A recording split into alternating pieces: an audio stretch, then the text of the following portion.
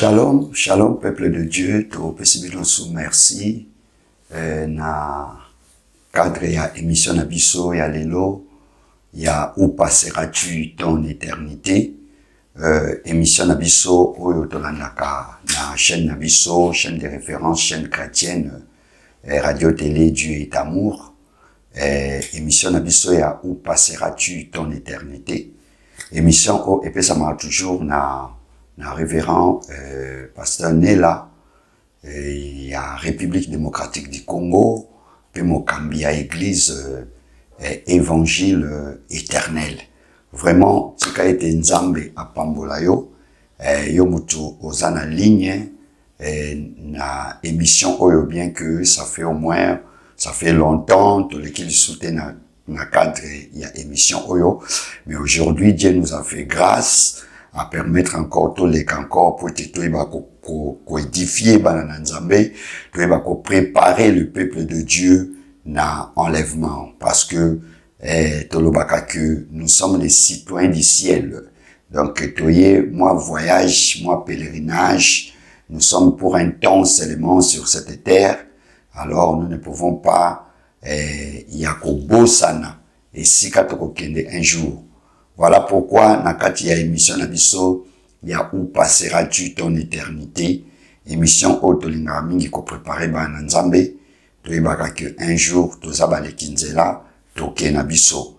Mais, on ne prépare pas l'éternité après la mort, mais l'éternité se prépare pendant qu'on est encore sur cette terre. Voilà, c'est l'occasion, oyo epesa mela kabana na Nzambe, oyo bazali, prédestiné, oyo Nzambe pona, oyo Nzambe a justifia, oyo Nzambe a benga, pe oyo Nzambe a pona bango na élection. Et sengeli na bango, bazala déjà prêt, pona koyeba que un jour, nous ne serons pas sur cette terre. Voilà pourquoi, lelo, nalingi côté koyebisa ba na Nzambe mingi, et sengeli to parler un peu beaucoup plus sur les œuvres de la chair. Parce que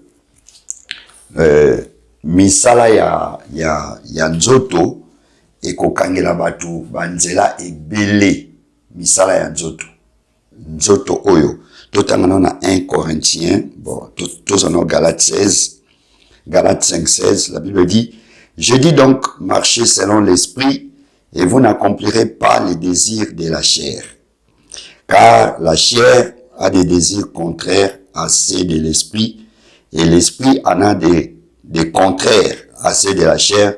Ils sont opposés entre eux, afin que vous ne fassiez point ce que vous voudriez. Donc, quand on a 1 Corinthiens, voilà, tout le temps, malamoko, comme ça, tu es bandeni, tu ko développer en gros, 1 Corinthiens 15, 1 Corinthiens chapitre 15, verset 50, la Bible dit, ce que je dis, frère, c'est que la chair et le sang ne peuvent hériter les royaumes de Dieu et que la corruption n'hérite pas l'incorruptibilité. La parole du Seigneur. Voilà, bien aimé, nalingi to parler un peu pour nalikambo itali chair. Parce que, bato mingi na kati na mokili oyo, bapesaka confiance mingi epai à la chair, le corps. Or, nzoto oyo Nzambe apesa biso, atato entretenir ango ndenge nini, yaeba ke un jour et décevoir. Tango Nzambe aye kosala Adam, na kati na jardin, Adam na sima, yako identifier, yako pesa banyama bakombo, Adam s'est rendu compte que Azana aide semblabilité.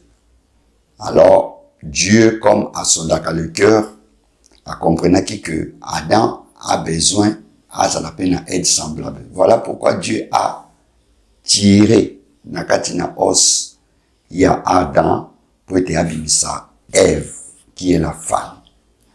Et Adam a dit que cette fois-ci, c'est la chair de ma chair. Donc, nous pouvons comprendre que le corps d'Adam, c'est la chair. C'est Ève.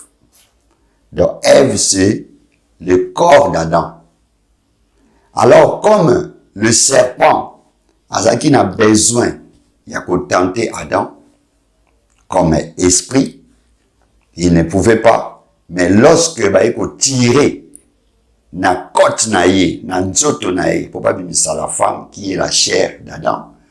Voilà pourquoi le serpent, ayaki nanzela ya la chair qui est Ève.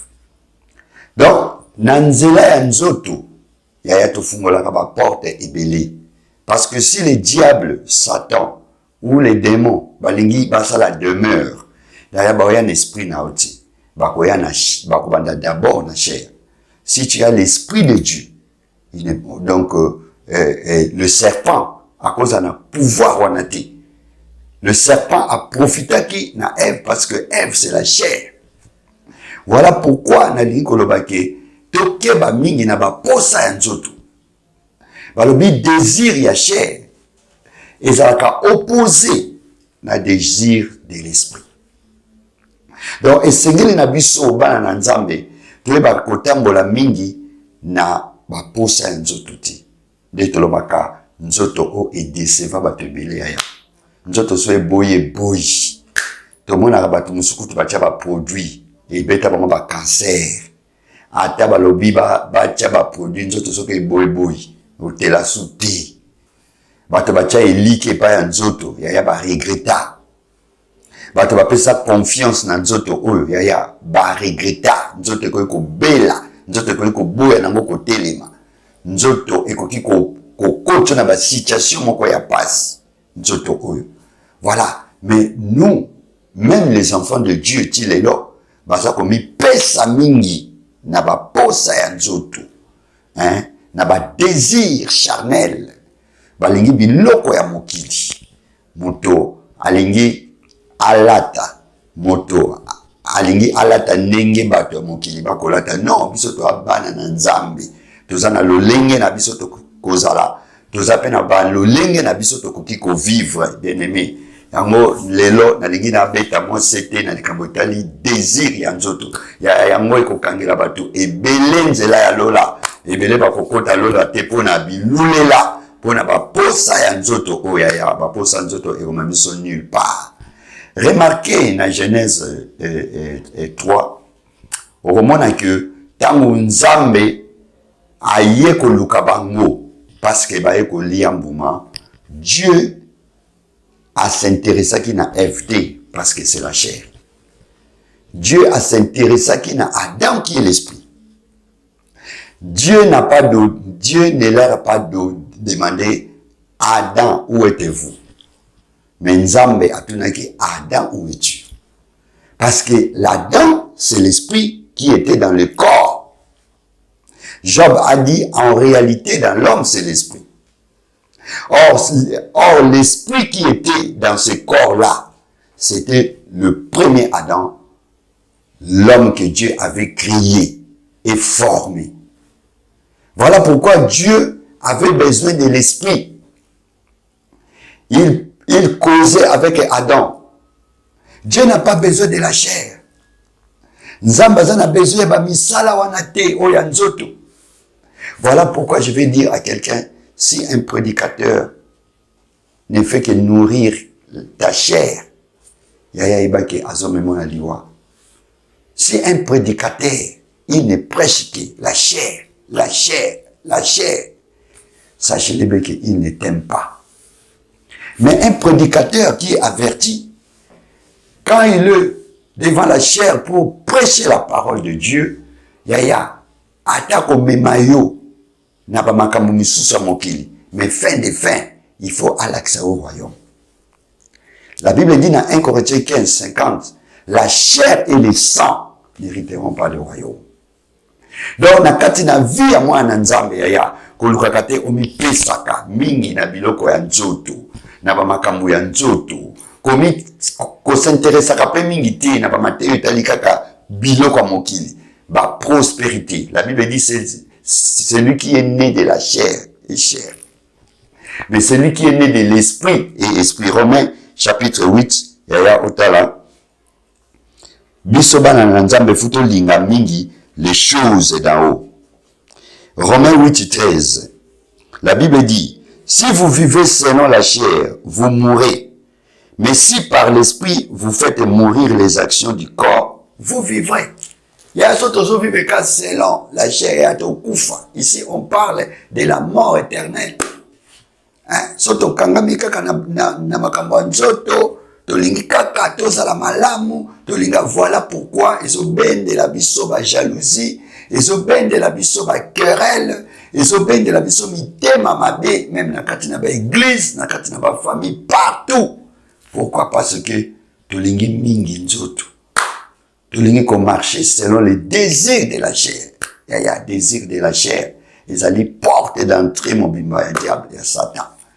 Satan pour attaquer Adam, à côté de Ève. Ève est la chair d'Adam. Yaya, nako ebisayo. Yeba ketango tozana mokili oyo, toyeba lolenge nini tozo vivre. Tolinga mingi les choses d'en haut, comme l'apôtre Paul a dit dans Colossiens. Affectionnez-vous aux choses d'en haut. Les choses d'en haut, ce sont les choses spirituelles. Tolinga mingi makambo likolo. Ce qui to kangami na makambo ya se, ce qui to kangami na materia ya se, yaya ba olekisa biso l'air. Baso olekisa yo l'air na kati na église. Yo kaka maloba o ekomemo na royaume. Préparer éternité na yo tango ozana mokili oyo. Éviter tozana kati na génération oyo, tozana kati na temps oyo ya mabeza ebele, baposa nzoto eza ebele, et surtout les jeunes baza ko s'adapter facilement na mode na rythme ya makambo ndenge ekokende ya me na koyebisa yo nzala lokola les compagnons de Daniel na kati ya Babylone. Même mboka mobimba bazogumba me la statue, mais yo mwana na nzambe okoki kosala yango te. Même mboka mobimba bakomi kotambola na baposa ya nzoto, bakomi kokota baloge, bakomi kokota banini bonganga ya po kaka basala succès. Mwana na nzambe zala lokola Daniel na Babylone, zala lokola Daniel na Babylone. Mosali ya nzambe lelo na kati na baitonga papa makambo ekomi mobulu, mingi bakomi kokota ba maison. Pourquoi? Les désirs de la chair. Alingi ba mon église ne munene, alingi ba tombola ye, alingi ba loba yende le faiseur de miracles, alingi ba loba yende le sommet. Tout ça, ils ont un désir de la chair. Yaya ekomema yo nulle part. Mosali ya nzambe préparer bana na éternité. Ata mokili mobimba ezoteya makambo oyo eko aboutir na rien. Yaya vanda na vision oyo nzamba bengayo. Ko changer te. Lelo zomona mingi basala nzambe bakomi ko changer même ba ministère. Azaki évangéliste, akomi prophète, azaki pasteur, akomi prophète. Presque tous les serviteurs, presque le serviteur de Dieu, bazo ponaka na ministère prophétique. Pourquoi? Parce que bayebi kuna nezofuta. Ezofuta mbongo dans la chair. Eza la chair yaya. Donc il faut appeler sa bisakoli ezala o l'insi dit l'Éternel ou pas. Donc bato bayaka ke belé azala ayebana. Réputation que ne musika partout. Mais sans oublier yaya Joël aïbisibiso au dernier jour je répandrai de mon esprit sur toute chair et vos fils prophétiseront. Mais la vraie prophétie, c'est le témoignage de Jésus. Tant qu'on recommande à la prophétie, les gens vont témoigner Christ. Bato bako panda ko témoigner Jésus Christ partout na banzela, même les petits enfants. Comme on a mon il te parle de Jésus. Na ba prophétie, il y a ba famille, il y a ba numéro, il y a ba chambre d'hôtel, il y a ba prophétie, il y a ba numéro, ba téléphone, ça n'a rien à voir avec la prophétie, il y a Joël. Ça n'a rien à voir. Il y a prophétie ba kangayo et donc ezan zoto dans la viande autolobaka. La viande. Mais dans mon kokoka les gens vont commencer à témoigner Jésus. Le témoignage de Jésus-Christ, c'est l'esprit de la prophétie. C'est ce que Joël avait dit. Et jusqu'à présent, vraiment, je doute fort. Génération Joël, jamais, jamais. Dans la génération Joël, il n'y aura plus ainsi dit l'Éternel. Les gens vont témoigner Jésus. Parce que l'ainsi dit l'Éternel, c'était dans l'ancienne alliance.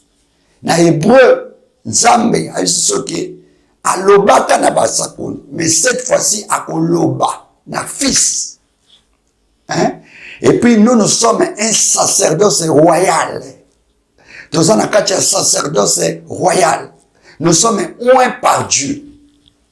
Nous devons témoigner Jésus. Quand tu témoignes Christ, tu es en train de prophétiser. Il y aura un moment, parce qu'aujourd'hui, même dans nos églises, on ne témoigne pas Jésus. Ozobeta masolo. Ozomana moto, azosala service, mais il parle avec les démons na kacha via moto. Non. Na kacha na église, Dieu n'aime pas la nécromancie. Nous ne pouvons pas tous solo la namili moamabi na kacha église. La prédication a fait 40 minutes, mais le service, la conversation, il y a Moussala Nzambe, il y a démon, ça fait 2 heures du temps. Donc, comme il y a deuxième enseignement à serpent. Or, la Bible dit, dans Lévitique, je crois 19, que dans un même champ, on ne peut pas s'aimer 2 sortes de semences. Quand dans l'église, le pasteur entre, il prêche, il parle de Jésus. Il a donné le message. Et après ce message, tu vois encore dans cette même église, il y a quelqu'un qui est tombé là-bas et sa maman qui est morte depuis longtemps. Cette maman a commencé à donner aussi l'enseignement dans l'église. Peut-être pendant 1 heure du temps. Et l'église est là en train d'écouter. Hein? L'autre, autre sémence. Dieu n'a pas dit ça. Nzambe a permettre que na elangamo quand on soit 2 sémences. La première sémence, c'est la voix de Dieu. Ce que Dieu avait dit à Adam et Ève. Vous mangerez tous les fruits, mais excepté seulement les fruits qui est au milieu du jardin. Ça, c'était la première sémence. Mais la deuxième sémence, quand le serpent est venu, a donné aussi un autre enseignement en disant, Dieu a-t-il réellement dit que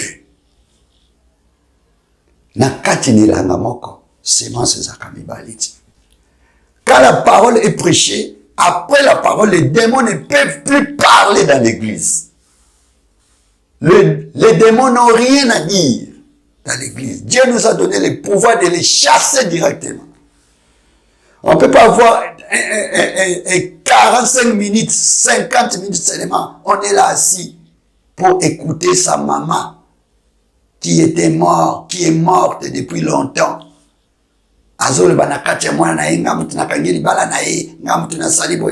Et les gens sont là en train d'écouter la sémence d'une maman qui est morte. Il y a une distraction totale. Puis les fidèles sont là. Dans un même champ, il y a 2 semences. Le pasteur a prêché et la maman qui est morte aussi a prêché. Lévitique 19. Nzambe a boy 2 semences. Na chamoko. Quand on vient, on prêche la parole. Et puis la parole doit prendre beaucoup de temps. Il y a message à 10 minutes, 20 minutes, service il y a 1 heure du temps, offrande il y a 1h30. Ça, ce n'est pas l'église. Ça, ce n'est pas l'église. Tout ça, c'est quoi? Désir de la chair. Dans le moment, il y a sémence. Tant, il y a un moment, il y a une offrande.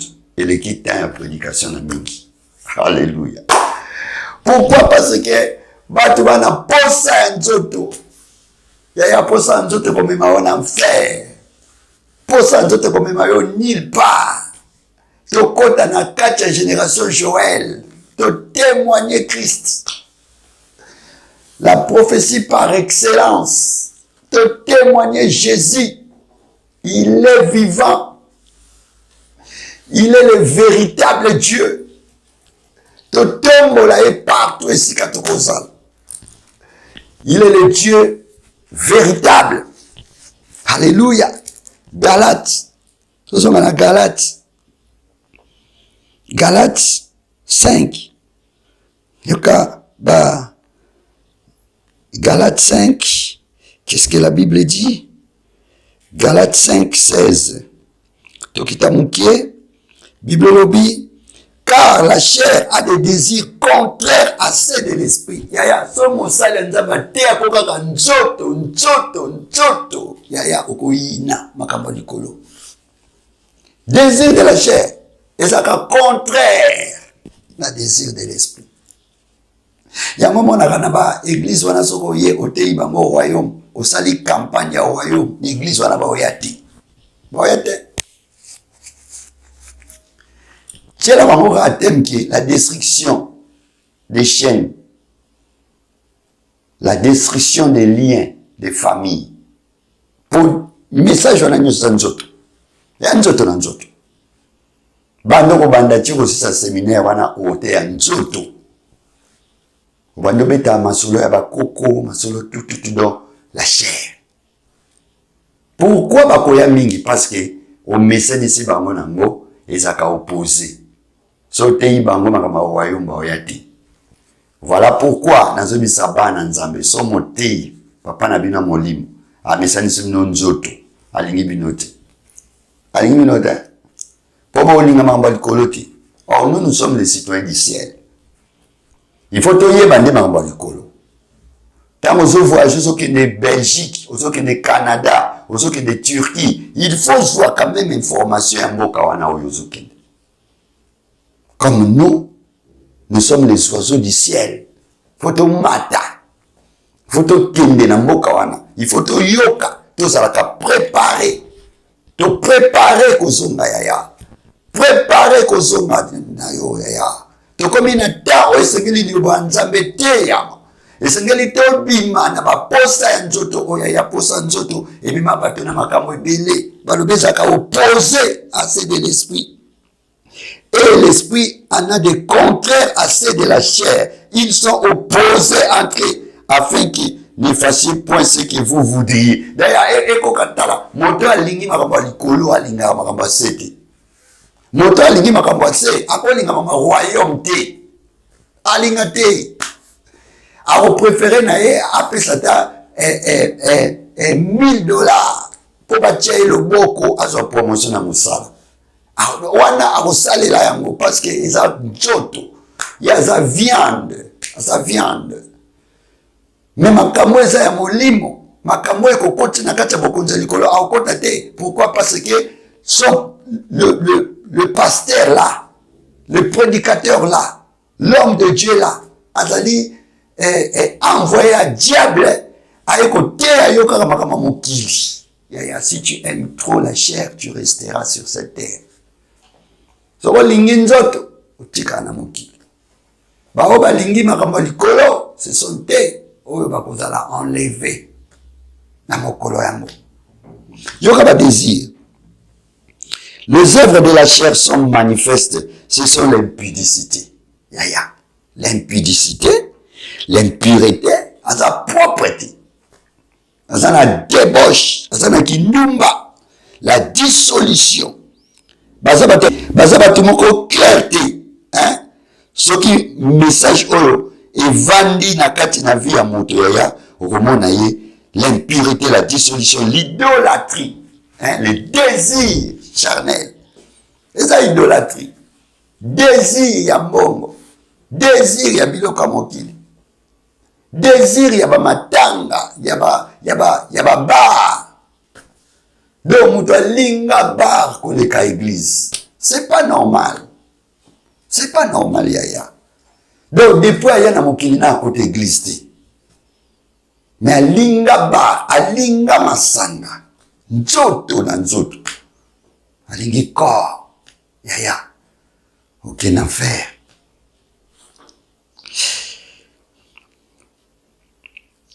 Le querelle, la magie. Voilà. Batu balingi magie lelo. Batu balingi magie na l'église. Yaya. Bazo bata manasima. Bazo bata manasima église. La magie.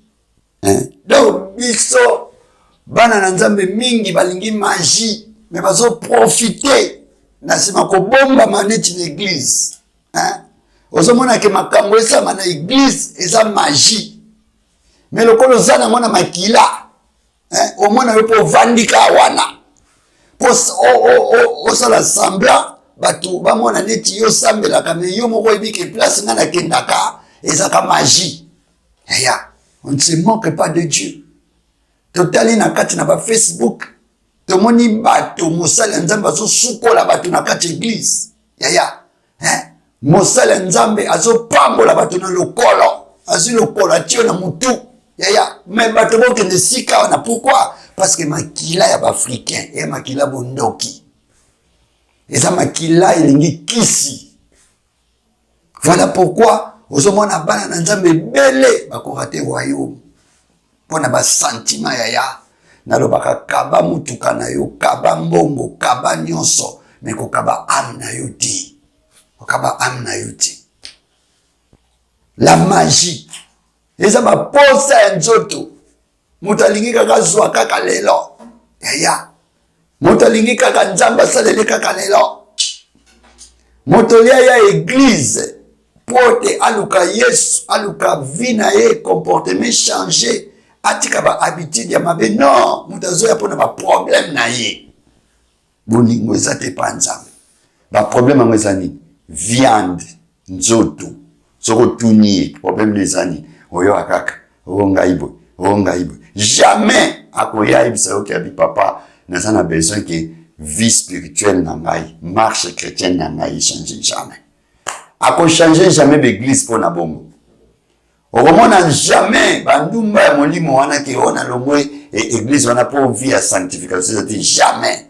Sera longwe et ça peut-être en luki délivrance mo bo simité à quelle place musu yaya on le salaire mais pas manzoto et puis ça mutu mais cité. Bato ba lesa ngo ba latisa ngo ba salila ngo nyonso yaya un jour nzoto boyi nzoto ko nakata cercueil et puis ba kundia ngo e ba diko pola nango. Tala mingi oeza ya molimo. Cherchez le royaume. Yaya yoka. Balobi la magie, les inimitiés, les querelles. Bomoko ezate koswana. Les jalousies. Nyonso wane sa baposa nzoto. Oinana. Les animosités, la colère, les disputes, les divisions, les sectes. Bokabwan. Nzoto. Emi mabiloko. Posa nzoto. Nga fallait na koma na poste na ye nini ya komi boy ko swane bandi ba poison bandi nyonso na nini bazoe la promotion na musala nyonso na nini bazoe la mbongo et loko e otinda bangeza nzoto balobi désir ya chair ezaka opposé na désir de l'esprit et kenda nzela mokote. Voilà pourquoi nazo bandeya so musala nzamba te yakoka nzoto yebaki azo kabola una makambo likolo oninga ngoti. Mais je crois, dans l'émission, il faut comprendre. Tu y a qui pona la chair. Nzambe, asolana FT, asolana Adam. Parce que Adam a l'esprit. Ève, c'est la chair d'Adam. Zoka, yoka, arobiboy. L'envie, biloula, l'ivrognerie, bakwiti, les excès de table, il y a bilial, il y a même. Waposa nzoto ya okosa l'égoïste. Même pour kabate biloko akuni kosa la pasi. Parce que lingi biloko en excès de table. Et ça, ozo le saka nzoto. Ozo saka nzoto. Makambo nyonso obatiawa nzoto kaka na nzoto. Et les choses semblables. Je vous dis d'avance, yoka na conclusion, comme je l'ai déjà dit, que ceux qui commettent de telles choses n'hériteront pas les royaumes des cieux. Ceux qui osent moto, osent na liste ya makambo nga na tangi. Yaya, bongo la motema. Bima na makambo ya la chair. Soko bongo li motema ti, la Bible est claire. Okota lola ti. Yoki, okota lola te ndeko na ngai. Okomona gloire ya Nzambe ti. Okoleka na gêne. Kana biloko nga na tangeli wana. Ba magie, ba secte, inimitié, division, querelle, jalousie, tout ça. Excès de table. Yaya, soko zana biloko wana. Nzamba sunga yo. Nanzela émission oya où passera-tu ton éternité. Nzamba simba motema na oyaya. Bosana na makambo ase. Eko peso litombati. Lukana nous les choses d'en haut, comme l'apôtre Paul a dit. Cherchons les choses d'en haut. To lukana makambo likolo. Po ete nzoto na esprit tambola kanzela mokoti. Tant que ozokanga na makambo nzoto, le désir de la chair, yaya, pour mon Nzambe ça passe. Et ça impossible. Muto alingi chair, azali muto oyo akoki jamais akotana kati na royaume ya Nzambe. Vraiment, nalingo ebisa moto moko peut-être aux 8 ans ebele au sela nzoto ngo pe futi yote na Congo a to teyi ba la prospérité to teyi ba bozwi mais batambongo pe ba kati. Bazakati pasi zakaka souffrance zakaka tozana ba sala Nzambe bazo sala ba démonstration grave na mboka na biso mais c'est comme s'il n'y a rien parce que ce n'est pas ça la vérité. Mais ce qui te luki makambo likolo, ce qui te teyi l'amour, te teyi bolingo ya solo et koti na kati ya mitema ba congolais ya mboka na biso ko changer. Ce pays va changer. Ce qui amour ezali. Oromona ba konzi o baliaka mbongo ya ba soldat, ba lia souti. Ba membre oyo ba sala katena ba fonction publique mais ba kombo na bango ezala kuna ba kendolongo la ba kombo wana. Ba désordre nyonso saka na mboka même na este wana bitumbe kosila. Soto teyi l'amour na monde entier. Toluka bomoy na biso ezala sauvé na mokola soko. Yaya nyonso ichikala. Comme pesa mingi na biloko ya mokiliti. Voilà, Nzambe apambola bino. Ezalaki bongo révérend pasteur Nela. L'émission na biso ya où passeras-tu ton éternité? Yango lelo na eko préparer yo obima na ba œuvre oyo o totangi pour être so saleli yango et même on a beaucoup de Nzambe ti o lela o regretter pour être nzoto et pe sa merci ti to tika ba désir ya chair to luka o ya likolo tika ete Nzambe apambola bino. Merci to kutani le jeudi prochain, na émission Nabiso, après cela, na même chaîne, na même heure. Que Dieu vous bénisse. Les origines. Les 7 jours de la création. Genèse chapitre 1. Au commencement, Dieu créa le ciel et la terre. La terre était informe et toute nue. Les ténèbres couvraient la face de l'abîme, et l'Esprit de Dieu était porté sur les eaux. Or Dieu dit que la lumière soit faite. Et la lumière fut faite. Dieu vit que la lumière était bonne, et il sépara la lumière d'avec les ténèbres. Il donna à la lumière le nom de jour, et aux ténèbres le nom de nuit. Et du soir et du matin se fit le premier jour. Dieu dit aussi que le firmament soit fait au milieu des eaux, et qu'il sépare les eaux d'avec les eaux. Et Dieu fit le firmament. Et il sépara les eaux qui étaient sous le firmament de celles qui étaient au-dessus du firmament. Ouais, alors on a fait une bonne belé quand nous sommes s'abonner massivement. Quand j'ai chaîne sur RT Diamond, on nous a battu là faire des différents pour une hour. Donc belé le besalia, belé makambuzawa autre le barapé. Donc musique tout au boyebi. Vraiment beau s'abonner massivement à RT Diamond, on est ensemble. On vous aime, vous avez nous passer tout le gars pété. Base, beau like, beau kota, on est ensemble. Shalom, moi c'est le pasteur Francis Tsemi appelé autrement sans pareil. Vous êtes à Kinshasa, partout ailleurs. Voici un instrument que Dieu nous a accordé, la RTDIA. Vous voulez me trouver, vous voulez nous suivre, vous voulez avoir des actualités sur les Gaëls, sur tous les musiciens en général, pour vos publicités, pour votre actualité, pour vos clips, vos images, la promotion que vous voulez faire. Contactez RTDIA, tapez RTDIA sur YouTube et bientôt sur la TNT.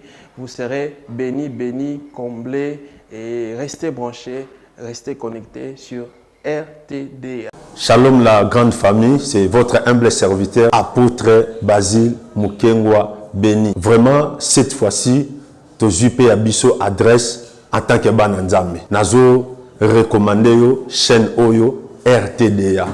Donc partout place aux alliés, yebake en tant qu'enfant de Dieu, Tozupe adresse. Place au Kozwa, ba information ya l'eau là à temps réel.